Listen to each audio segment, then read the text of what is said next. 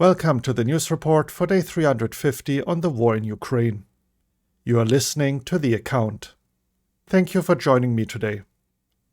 Before we start the report, I wanted to let you know that due to personal reasons, I most likely will not be able to upload a report tomorrow.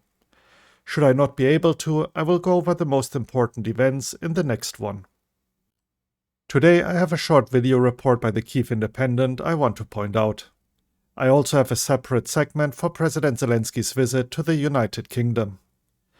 The rest of the news updates are grouped into the usual: situation inside Ukraine, including a fake news warning, the occupied territories, Russia and Belarus, with an extensive intelligence report on Russia by the Estonian intelligence, and the international developments, including many updates regarding military aid for Ukraine. First, though, we start with the flashpoints along the front. Crimea. Repelled attacks were reported in the Chervono-Popivka direction. Russia also increased the intensity of attacks in the Dibrova direction. Bakhmut. The situation has somewhat stabilized but remains critical. Repelled attacks were reported in the Krasnohora, Bakhmut, Ivanivske and Chasiv Yar direction. Russia reported today that they managed to occupy several streets inside Bakhmut. Now for the video report by the Kyiv Independent I wanted to share. Survivors of Russian torture chamber in Kherson share stories of abuse.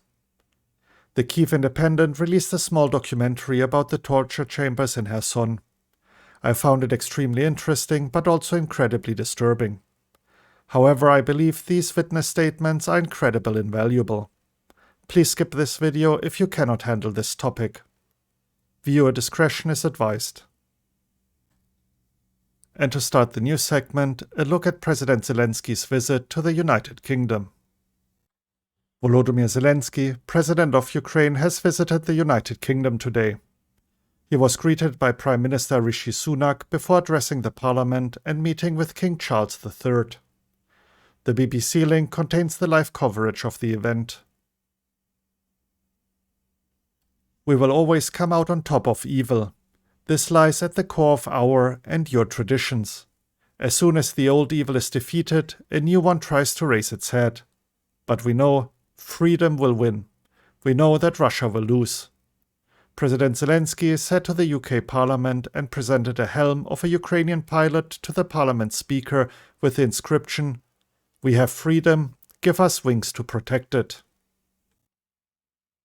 After his visit to the United Kingdom's Parliament, President Zelensky was granted an audience at Buckingham Palace with King Charles III. Zelensky said he will remind the king that he was a military pilot and that Western aircrafts are needed in Ukraine. During a press conference, Rishi Sunak, the Prime Minister of the United Kingdom, has once again stated that London is ready to consider sending fighter jets to Ukraine, saying that nothing is off the table. Meanwhile, the Minister of Foreign Affairs, Dmytro Kuleba, said the visit will be very useful for Ukraine and its soldiers. After his visit to the United Kingdom, President Zelensky will travel to Paris to meet with French President Emmanuel Macron and German Chancellor Olaf Scholz, before traveling on to Brussels to attend further meetings and likely also attend the EU summit on February 9th. Moving on to the minor news out of Ukraine. A screenshot of a fake Financial Times article was shared on social media claiming Ukrainian soldiers who traveled to Germany to train on tanks asked for political asylum. The article was changed to say the soldiers refused to die in a senseless war. The original article, however, states that everything was ready to begin teaching the Ukrainian military. The missile attack on Kharkiv last night caused damage to an industrial enterprise, but no casualties were reported. One missile also reportedly hit a local park. Oleksiy Danilov, Secretary of the National Security and Defense Council, said that the Kremlin could strike a new blow in the northeastern part of Kharkiv region or the southern part of Zaporizhia region. The Ukrainian authorities have already decided to start preparing a personnel reserve for Crimea so that people are ready to start working immediately after the liberation of the peninsula from the Russian occupation.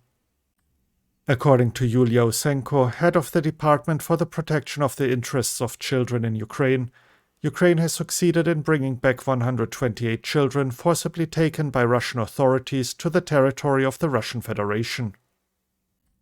In response to the corruption scandal, the Ministry of Defense of Ukraine will reboot the anti-corruption department and introduce a public control mechanism, Oleksiy Reznikov, the Minister of Defense of Ukraine, announced. The spokesman of the National Guard, Colonel Ruslan Musitschuk, explained that mobilization and the creation of the Offensive Guard is first and foremost to create enough reserves to ensure rotation of military units is possible. Next up, the latest regarding the situation in the occupied territories. According to Ivan Fedorov, the mayor of Melitopol, the number of Russian forces is growing constantly in the occupied city of Melitopol, Zaporizhia Oblast, due to the arrival of newly mobilized Russians and mercenaries of the Wagner PMC. During the recording, the Berdiansk city military administration reported 4 large explosions and a fire in the city center. No more information is currently available. Now for the news updates from Russia and Belarus. Russian elites understand that Russian President Vladimir Putin has gone mad, but they are afraid to provoke change. Putin also believes that time is playing against him and the Russian army is unlikely to grow in quality. This is stated in the annual intelligence report of Estonia, as quoted by Bloomberg. Russian convicts in penal colonies and pretrial detention centers are being threatened with additional charges if they refuse to join the Wagner PMC. The Gomel Oblast court in Belarus has sentenced 2 more railway partisans, Sergei Pliashkun and Yuri Selvich, to long-lasting prison terms. Selvich was sentenced to 14 years, Pliashkun to 16 years. Igor Mangushev has died in the hospital after being shot execution-style days earlier. Mangushev is famous for holding the alleged skull of an Azovstal defender during a speech. There are strong indications that Russian President Vladimir Putin supplied the missile system that shot down the Malaysia airline flight MH17 over Ukraine in 2014, the Joint Investigation Team reported. Vasily Nebenzya, the permanent representative of the Russian Federation to the United Nations, once again called a meeting of the UN Security Council. During the meeting, he stated Western tanks will not help Ukraine, as Russia has already destroyed over 7,500 Ukrainian tanks, and Russia will make sure that never again will a threat come from the territory of Ukraine, either to Russia or to its allies, or to Russian culture or the Russian language. He went on to claim Ukraine will never be able to defeat Russia and that President Zelensky's peace plan is a mockery. Usually I refuse from making statements about news, however Nebenzya is well known for repeating the Kremlin's disproven propaganda during UN meetings, so please keep that in mind. And to wrap up the news segment, the international developments. Poland is planning to train 2 battalions of Ukrainian soldiers every month. Exactly which training Poland is planning to provide was not disclosed, but the training is supposed to be adapted to the current needs of the Ukrainian army at the time. The United Kingdom will expand training for the armed forces of Ukraine to sea and air, including fighter jet pilots and marines, and will also provide Ukraine with long-range weapons. British Prime Minister Rishi Sunak also asked Defence Secretary Ben Wallace to look into which warplanes the UK can provide to Ukraine after a meeting with President Volodymyr Zelensky. The Russian embassy, meanwhile, threatened the UK with consequences for Europe and the entire world if fighter jets are provided to Ukraine. The UK government announced new sanctions on Russia's elites and the military sector.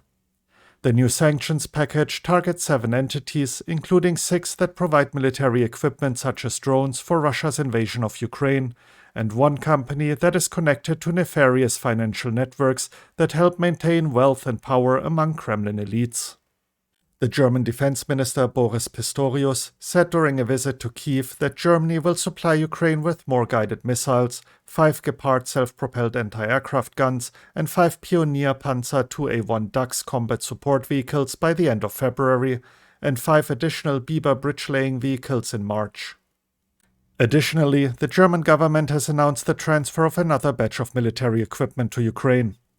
In particular, the Ukrainian armed forces received 2 more Gepard self-propelled anti-aircraft guns and about 6,000 rounds of ammunition for them, 5 border protection vehicles, 29 power generators, and 6 15-ton load-handling trucks. The German Chancellor Olaf Scholz criticized the public competition between some countries over who can supply the best weapons to Ukraine, saying it harms unity between the allies.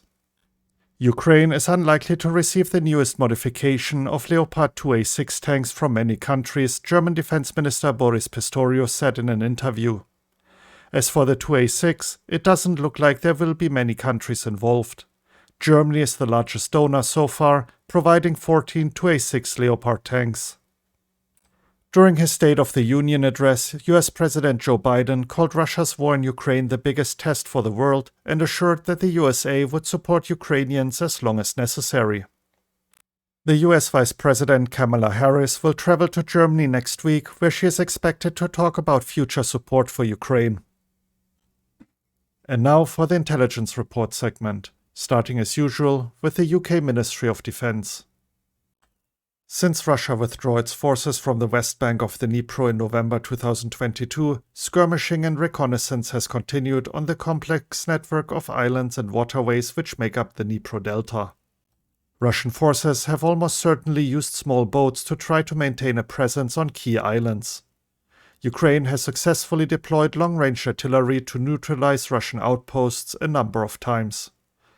Both sides have likely also deployed small groups on the Kinburn Spit, which commands the Dnipro Gulf.